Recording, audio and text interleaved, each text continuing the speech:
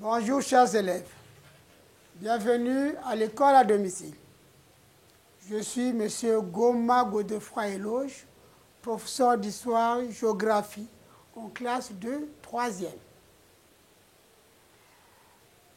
Notre nouvelle leçon a pour titre « Les manifestations et les conséquences de la crise économique de 1929 ». À la fin de cette leçon, tu dois être capable de décrire les manifestations et les conséquences de la crise économique de 1929. Nous allons commencer notre leçon par une révision et nous avons prévu 2 questions. La première, énumère les causes de la crise économique de 1929. Et la deuxième question, donne la date et le lieu de l'éclatement de cette crise. Si tu as trouvé, bravo. Si tu n'as pas trouvé, les réponses sont les suivantes. La première réponse, la crise économique de 1929 est due à 3 causes. La surproduction industrielle et agricole, la spéculation boursière et l'éclatement de la crise avec effondrement des prix des actions. La réponse de la deuxième question est la suivante. La crise économique éclate le jeudi 24 octobre 1929 à la bourse de Wall Street de New York aux USA. Nous allons passer à notre texte support. La crise économique de 1929 a connu plusieurs manifestations et plusieurs conséquences à travers le monde. En ce qui concerne les manifestations de la crise, la faillite des banques et des entreprises, les banques réduisent les crédits et les investissements, suspendent les crédits à la consommation, entre parenthèses les ménages. Certaines réduisent les effectifs et d'autres ferment leurs portes. S'agissant des entreprises, la surproduction et la mévente entraînent le licenciement des travailleurs et la fermeture des entreprises. La baisse des prix et des salaires, l'extension de la crise en Europe, dans le monde et au Japon. Vous allez le retenir que l'URSS n'a pas connu cette crise à cause de l'autarcie et de son système économique. Après avoir lu silencieusement le texte, tu dois répondre aux questions suivantes. Nous en avons prévu 2. La première, cite les manifestations de la crise économique de 1929. La deuxième question, dit pourquoi l'URSS n'a pas connu cette crise. Si tu as trouvé, bravo. Si tu n'as pas trouvé, les réponses sont les suivantes.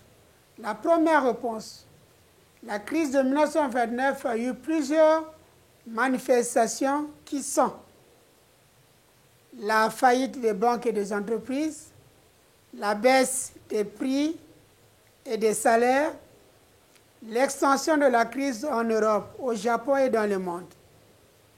La deuxième réponse, l'URSS n'a pas été touchée par la crise économique à cause de son autarcie et de son système économique.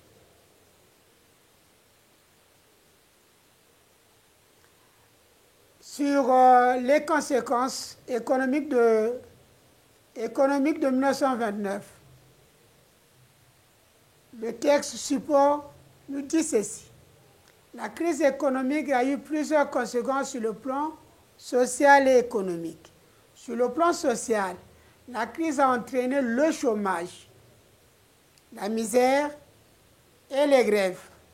Sur le plan politique, Elle a favorisé la montée au pouvoir des régimes totalitaires, dictatoriaux en Europe.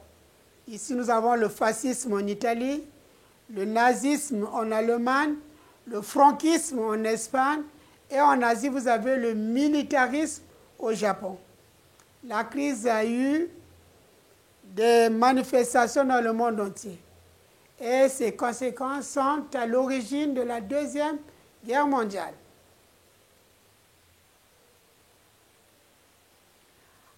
Après avoir lu silencieusement le texte, vous allez répondre à des questions suivantes. La première, cite les conséquences de la crise économique de 1929 sur le plan social.